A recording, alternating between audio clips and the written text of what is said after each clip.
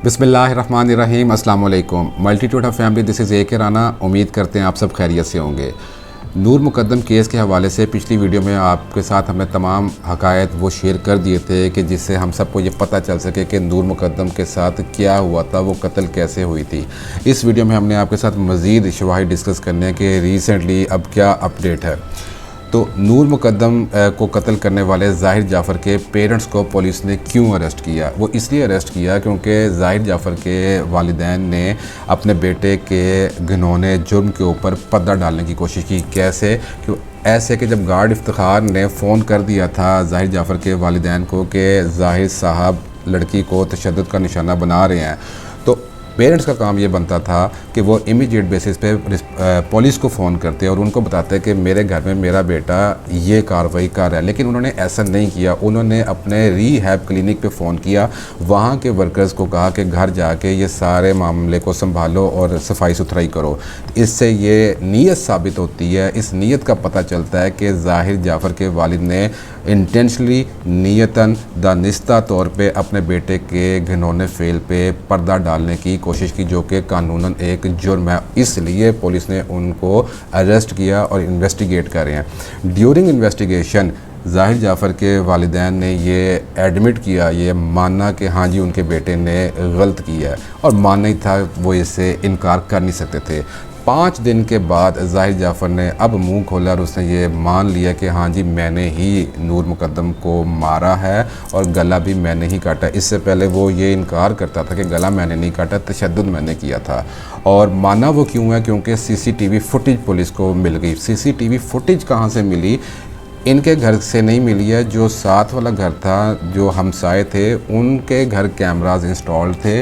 उन्होंने ये recording police के साथ शेयर की, जिसमें ये साफ नज़र आया कि नूर मुकद्दम ने ऊपर से छलांग मारी, ग्रिल में फंसी, नीचे गिरी, गार्ड रूम तक भागी। गार्ड ने उसकी मदद नहीं की है। ज़ाहिर जाफ़र नीचे आया, उसको घसीटा अंदर लेके गया। वर्कर्स आए रिहैब क्लिनिक से, वो सीढ़ी लगा के ऊपर गए।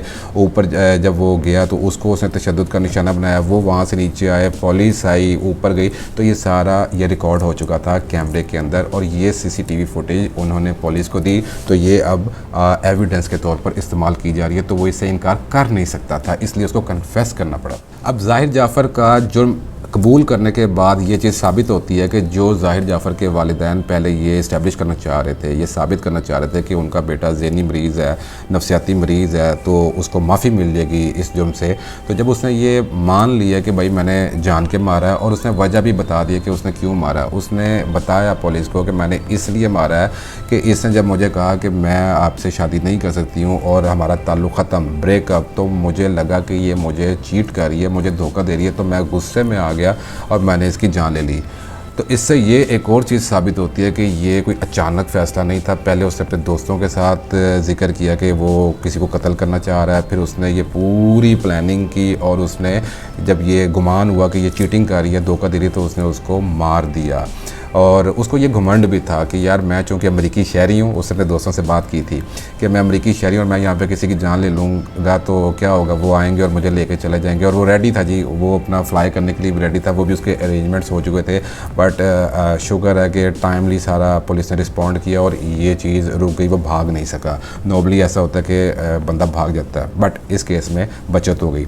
इसके साथ एक और चीज़ ये है कि इसका मोबाइल भी मिल गया पुलिस को, और नूर का मोबाइल भी मिल गया। नूर का मोबाइल जो है वो पंजाब फॉरेंसिक लैब के अंदर भेज दिया गया है, जो कि लाहौर में वाक़या है, और उसका मोबाइल जो है वो लॉक्ड है, तो वो अब खुल नहीं पा रहा है। इसलिए उसको भेजा गया है कि डाटा ज़ाया ना हो, और उसको देखेंगे कि फ़र्दर इसके अंदर क्या चीज़ें मौजूद हैं।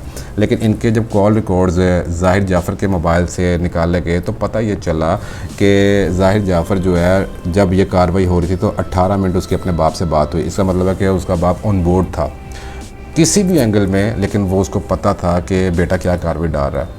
ये कत्ल के दिन की कार्रवाई है कि 18 मिनट वो अपने वालिद के साथ राब्ते में था, जिस टाइम उसका बाप कराची में था।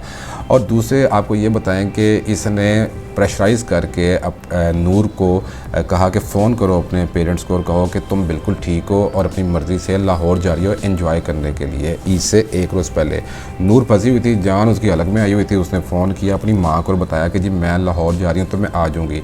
नूर की वालदा ने ये बात जब अपने मियाँ शौकत मुकद्दम को बताई तो वो सियाने आदमी थे, उन्होंने अपना बाहर की दुनिया में सर किया, उनको खट्टा किया, उनका कि भाई ईद पे तो बच्चे घर रहते हैं, तो ये क्या अनोखा काम करने जा रही है कि लाहौर जा रही है, तो उसको फ़ोन कर उसको घर आए और ईद जो है ना वो हमारे साथ सेलिब्रेट करेगी, मेहमान आते हैं, तो हम क्या कहेंगे कि बच्ची कहाँ पे है, कहेंगे लाहौर गई हुई है ईद करने के लिए। तो लेकिन यह क्या रब्ता नहीं हो सका क्योंकि उस फ़ोन के बाद नूर का फ़ोन ज़ाहिर जाफ़र ने बंद कर दिया। इस दौरान एक और बड़ा मज़ेदार वाक़या हुआ कि ज़ाहिर जाफ़र ने नूर मुकद्दम को कहा कि पैसे अरेंज करो 7 लाख रुपया।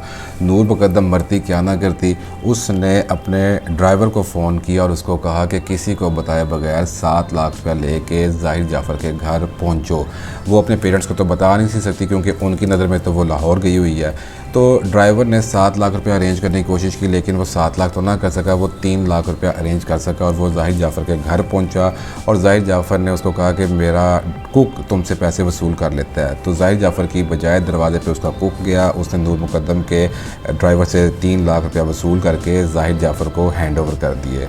और लेकिन बाद में ज़ाहिर जाफ़र ने ये बात तो पी ली थी कि ऐसा तो कोई वाक़या ही नहीं हुआ, और ये बात डिस्क्लोज़ की नूर मुकद्दम के ड्राइवर ने।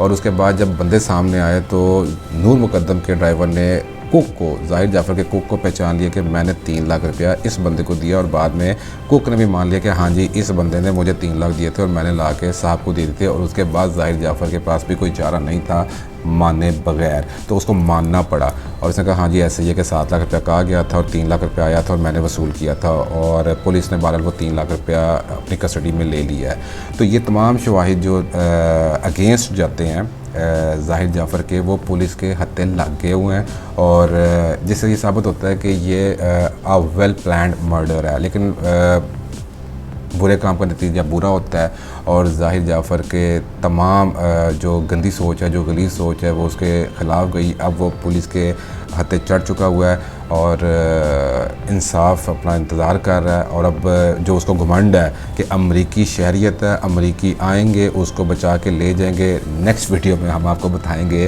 कि उसका ये तौन का सरिया, ये घमंड कैसे फ़ारग हुआ। लेकिन ये भी आपको बताएंगे कि अमरीकी सफारत खाने से बंदे किसको मिले, पुलिस की मौजूदगी में किसको मिले और उनका स्टांस क्या है। तो आप हमारी अगली वीडियो का इंतज़ार कीजिए जो कि बहुत जल्द आपके सामने हम लेके आने वाले हैं।